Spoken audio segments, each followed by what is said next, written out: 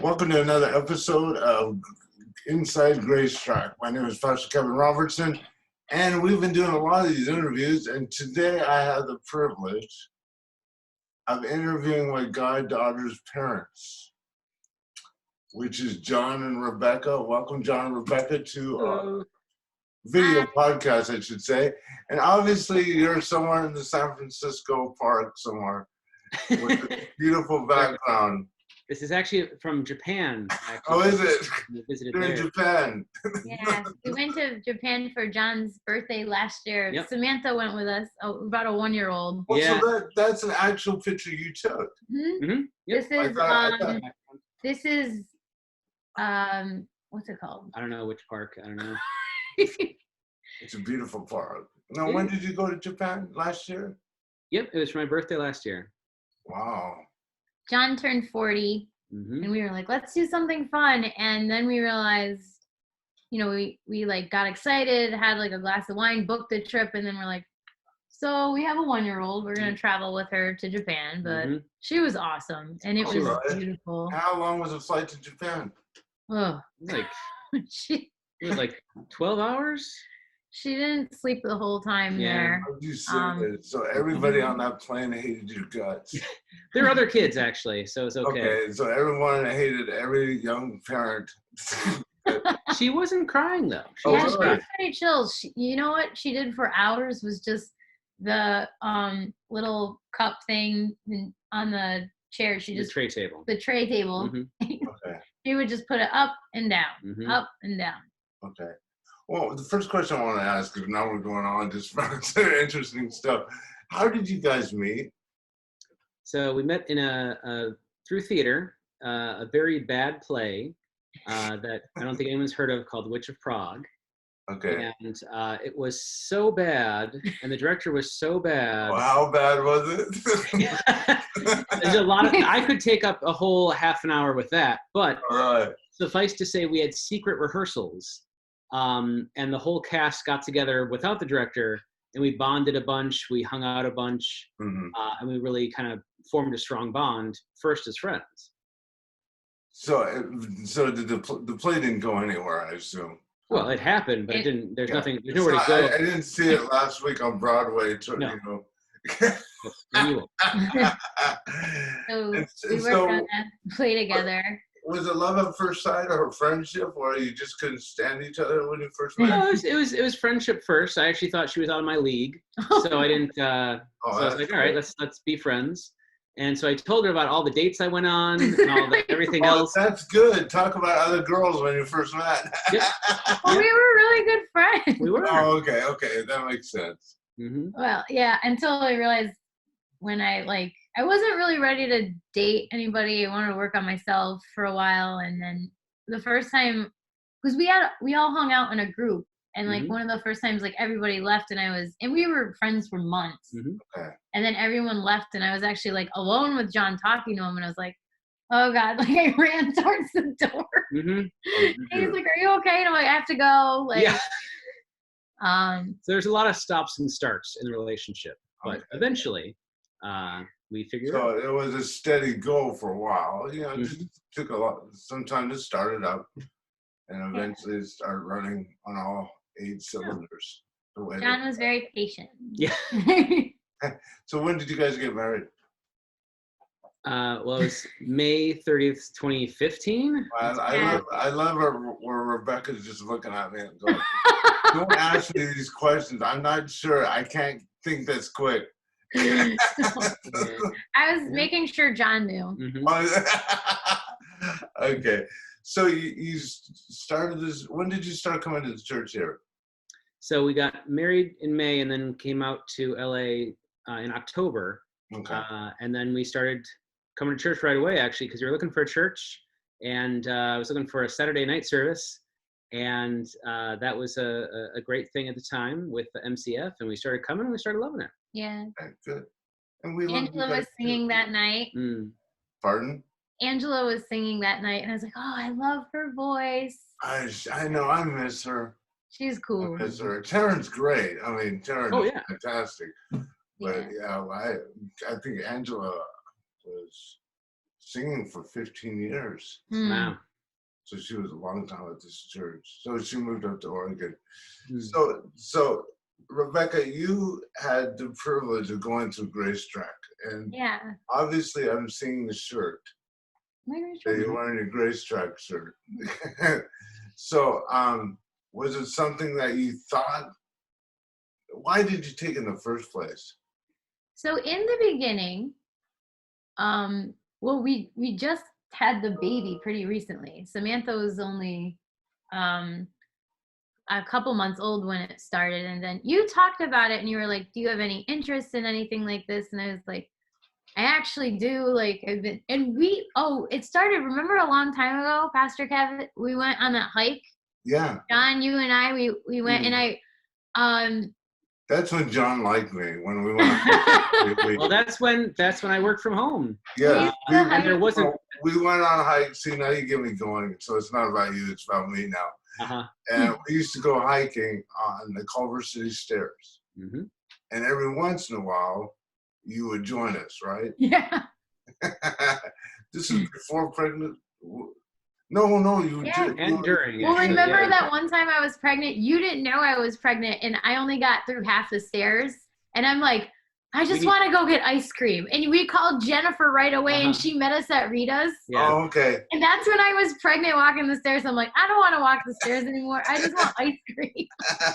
Okay, so we had a conversation on this hike that you wanted the ice cream.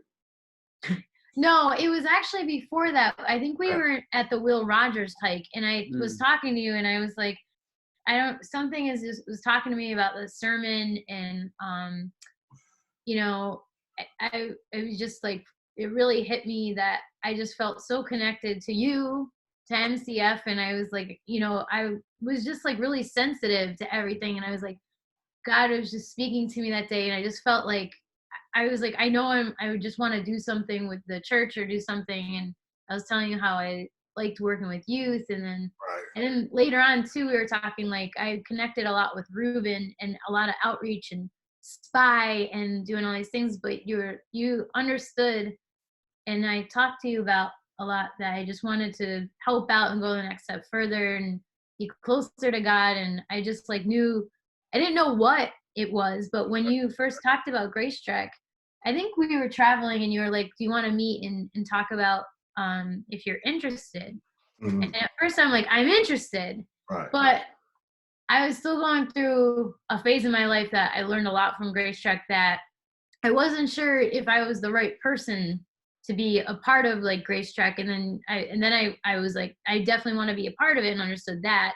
And then I hung out with my friends Malaku, Korak, and Brooke that were a part of our Grace Track, which is an amazing group. I mean, we laughed and cried and just talked about so much. Like, it was just this perfect balance of stories and sharing and with, scripture and prayer. And I just felt so connected to these guys with everything, and with Grace Track in each session and the videos, and learning so much about myself and where I needed to be with God and like what to do.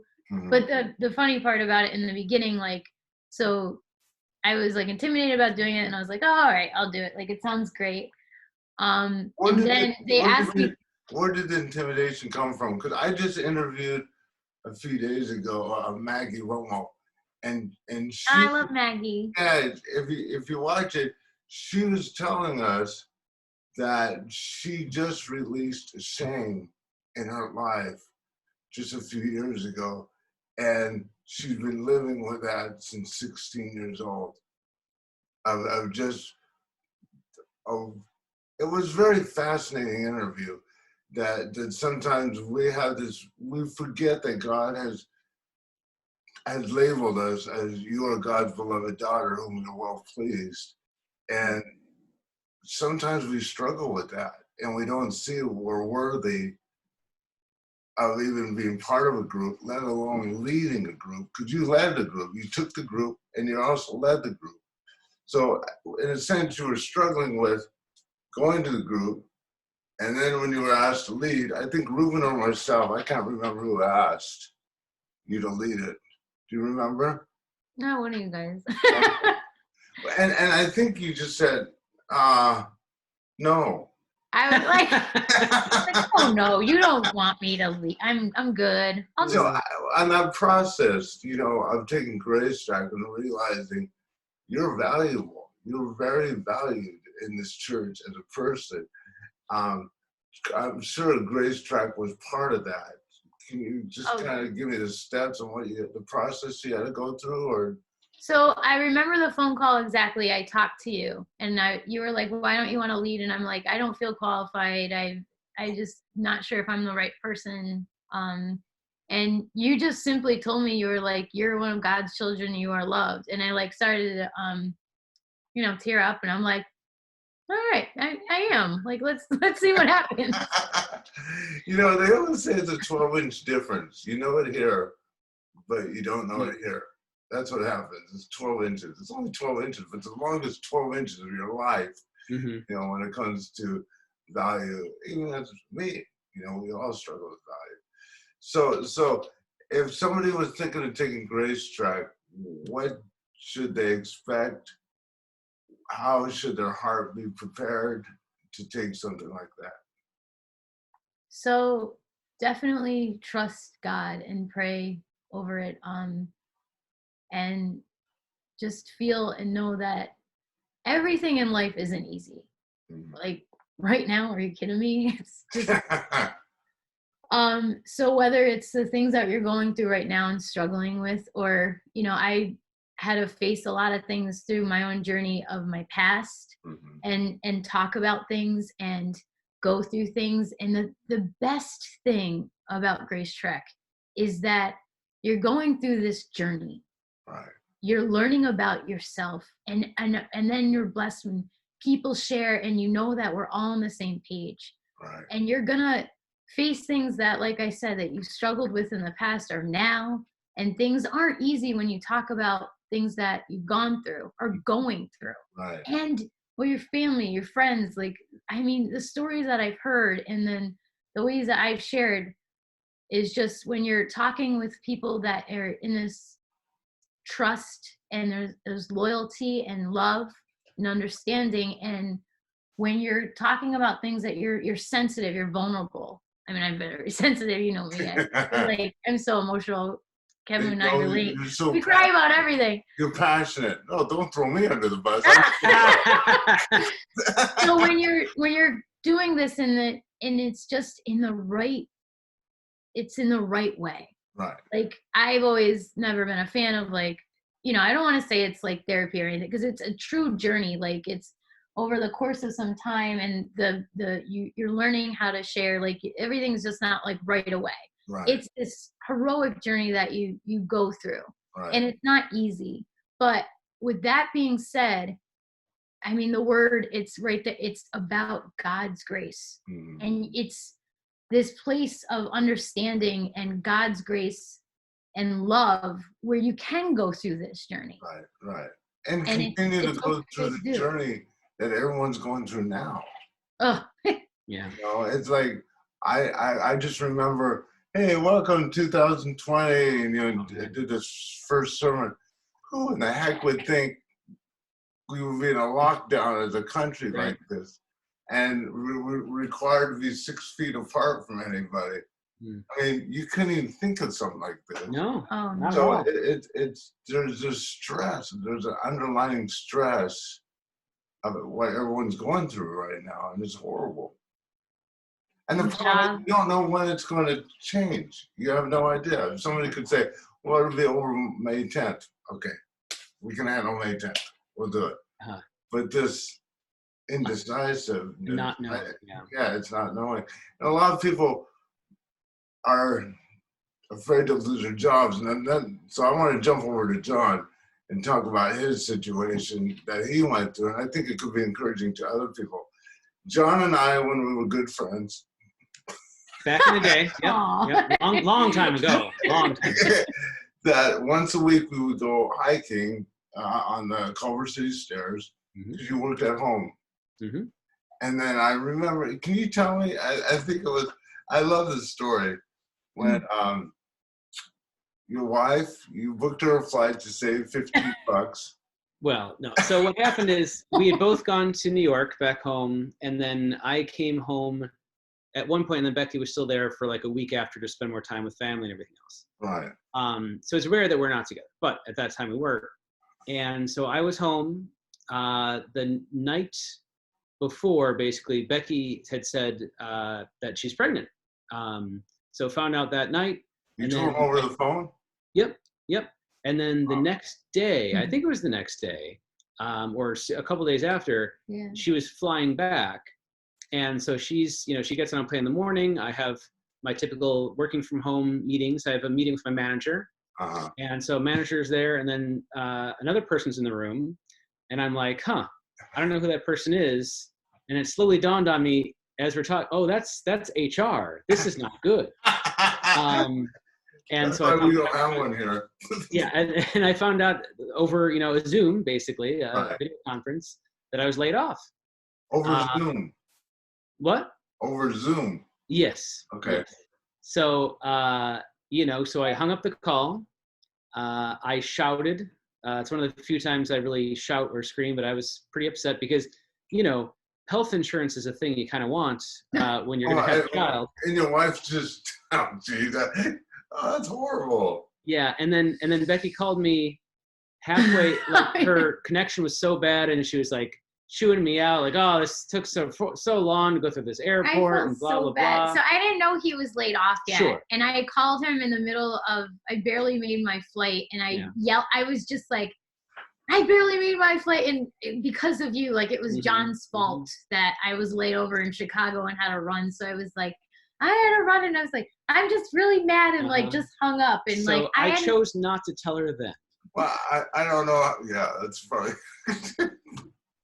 But yeah, so I mean, what happened? Obviously, I told her when we picked her up and everything else, and she was fine, more or less. Okay. And then it was just it was like, okay, we have some time. I'm gonna hunker down. I'm gonna study and just try and find another job. So it's basically a lot of studying, practicing for interviewing.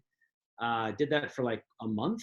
Did it feel like because every job that I've had, I've been fired. And so this church hasn't fired me yet. And I've been okay. We got time. We got time. Yeah, it's sometimes it's the most, because your identity is so locked up in what you do and not who you are.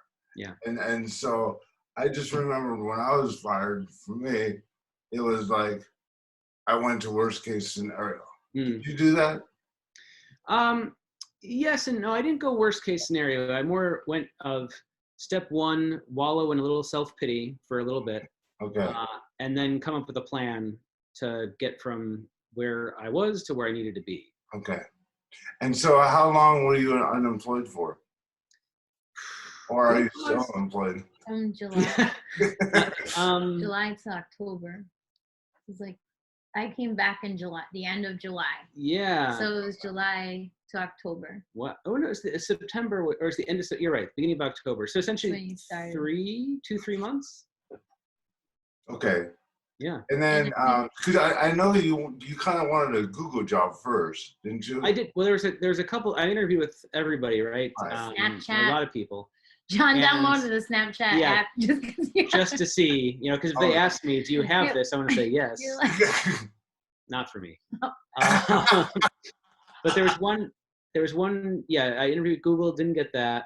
Okay. I interviewed this other place that they made an offer up in Burbank, and I was like, if we have to. But Hulu was the dream job. Right. And thankfully I got it. Well, Google, when that was a little rough for you because you went through like a month process of interviewing and we were excited about Google, and then to be rejected out of any companies, we would just turn on the computer and a reminder that you're not working there. Do a Google search. Oh, that would be the worst, wouldn't it? Because Google's everywhere. Yeah, so you can't ignore it. Yeah. Even though I knew it was hard on John, even though when I went to go on the computer, I'm like, stupid Google.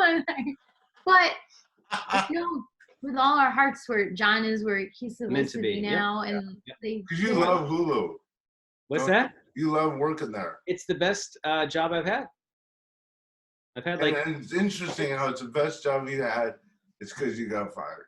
That's right. Well, John's like a natural leader and is always, he knows what he's doing. He's a smart guy, and he just started off too. Like, you're like, oh, I just want to code and be, you're like, I just really love it here and chill. But like, they actually just respect you there and understand. Nice. And like, it's just, he's like moved up because they. Yeah. It's almost interesting because this church would not exist how it is if I wasn't fired. Yep. Yeah. Right? I mean, if you think about that, we want to met. We want to have this team. Yep. And so sometimes a lot of tragic things like what we're going through now, like something great, better come out of it. You know, we don't feel that way when we're getting fired. We don't go, ooh, something better's coming out. Yeah. Or you go through a divorce, I'm going to need someone else. Yeah. Great. You just, you know, you're there and hate everybody. So, so let me ask you the last question.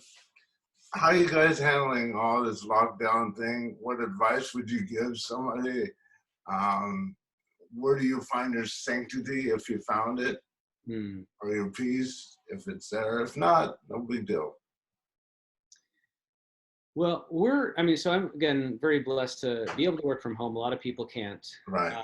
But since I can, it's very nice. It's not, easy because there's a 2-year-old running around, but, I feel very blessed for that. And when we do go a bit stir crazy because we're all in one place kind of, holed up here, it is nice even just to walk around the apartment complex just to get a little bit of fresh air and nature. Yeah.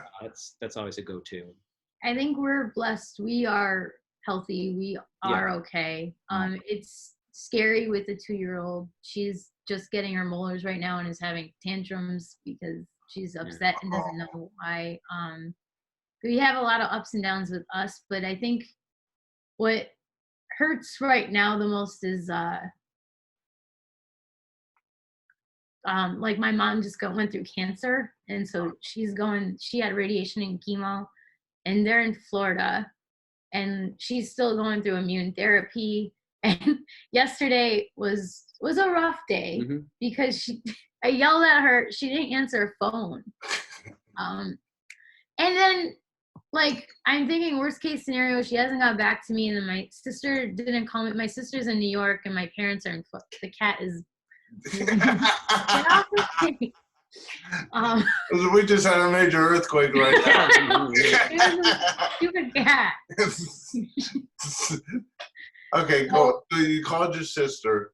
Well, yeah, she didn't answer, and I didn't know that she turned her phone off, and then like my mom wasn't answering, and John and I were just eating like outside, and the baby was taking a nap, and all of a sudden like I just couldn't calm down and went into a panic mode, and like my chest got heavy, and I didn't know my sister turned her phone off all day because she's struggling trying to get unemployment and trying to do a couple of things, and she's really nervous and about things, and it hurts that like I can't be there with her, and my mom is sick, and then everybody's the people that aren't feeling well or that I want to be with right now and just hug is the hardest part. Like I'm struggling with, but altogether, like we're just living it day by day and being thankful for what we have and going from there. And then my mom ended up answering, and then she was outside swimming and they were grilling by the pool. So they were just fine.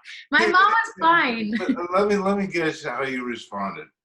You go, oh, she answered. Okay, she's fine. You're relieved. And then all of a sudden you get angry and start. Oh, I was angry. I was angry right away. It's always like that, oh, I love my child, and you're panicked because you can't find your kid. And so when you find your kid, you beat your kid. And I just think parents are funny when they're so angry at that moment where they go from panic to anger. Well, it's funny now as kids, like we're yelling at our parents to stay in. I'm like, what do you mean you went to the store? Like, stay inside.